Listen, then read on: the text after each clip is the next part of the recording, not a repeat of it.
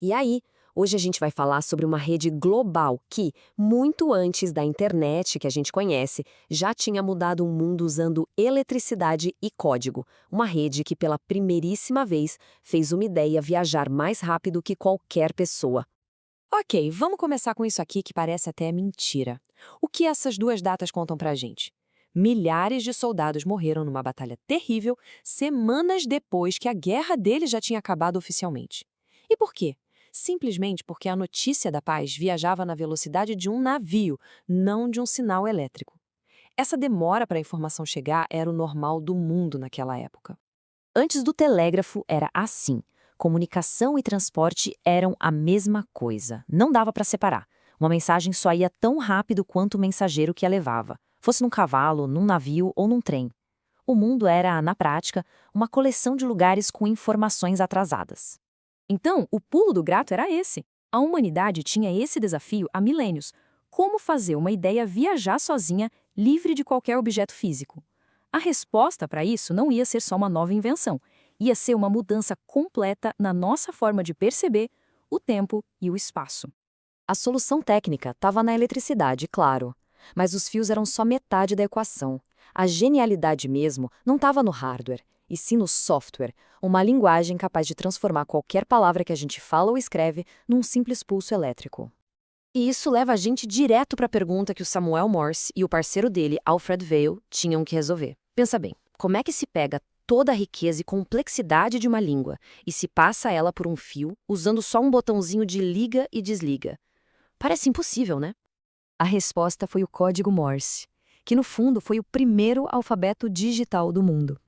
Ele reduziu todas as letras e números a uma combinação de só dois estados, um sinal curtinho, o ponto, e um sinal um pouco mais longo, o traço. É literalmente o ancestral direto dos zeros e uns que comandam o nosso mundo digital hoje. Agora, o mais genial disso tudo está aqui, na inteligência do sistema. Vail e Morse estudaram a frequência das letras na língua inglesa e foram espertos. Eles deram os códigos mais curtos e rápidos para as letras mais usadas. A letra E, por exemplo, que é a mais comum, virou só um pontinho.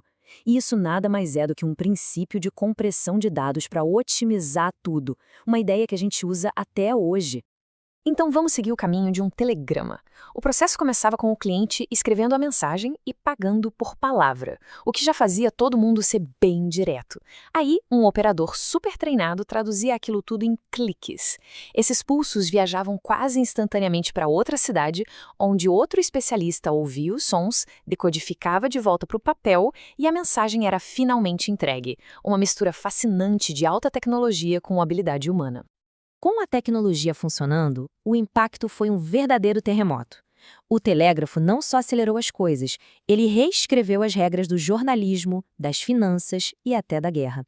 Ele criou, de fato, o primeiro sistema nervoso eletrônico do planeta. Esse despacho sobre o assassinato de Lincoln é um exemplo perfeito dessa nova era. A notícia se espalhou pelo país em minutos, não em dias. E a própria natureza do telégrafo, ser caro e às vezes pouco confiável, forçou o nascimento de um jeito completamente novo de escrever uma notícia. Esse estilo é a famosa pirâmide invertida. Ela nasceu por pura necessidade.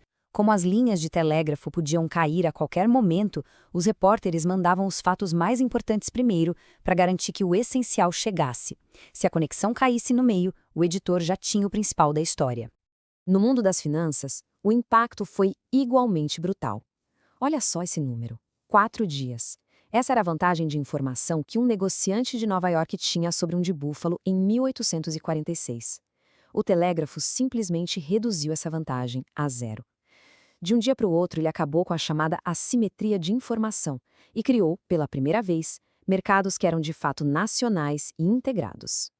Mas esse poder todo também tinha um lado bem sombrio. Em 1870, o chanceler da Prússia, o famoso Bismarck, recebeu um telegrama diplomático.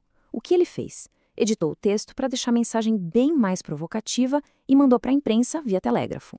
A mensagem editada se espalhou como fogo, inflamou o orgulho nacional na França e na Prússia e levou direto à Guerra Franco-Prussiana. Foi talvez o primeiro grande exemplo de uma guerra iniciada por fake news distribuída em alta velocidade.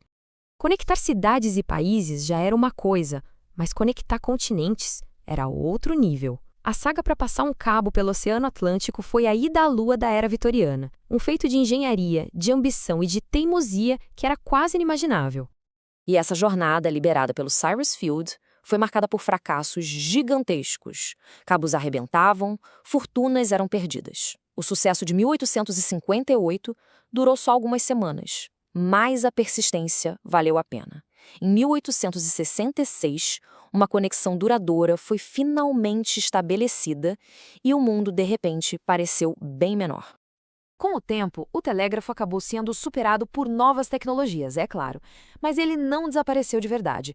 O DNA dele, os seus princípios mais básicos, estão vivos e muito bem no coração do nosso mundo digital. O telefone foi o principal concorrente. No começo, como dá para ver na tabela, era um luxo absurdo, muito caro. Mas com o tempo, ele foi ficando mais barato e mais pessoal, permitindo conversas em tempo real com a voz das pessoas. O telégrafo, que precisava sempre de um operador no meio do caminho, simplesmente não conseguiu competir. E é aqui que a gente amarra tudo. A ideia de uma rede global nasceu com o telégrafo.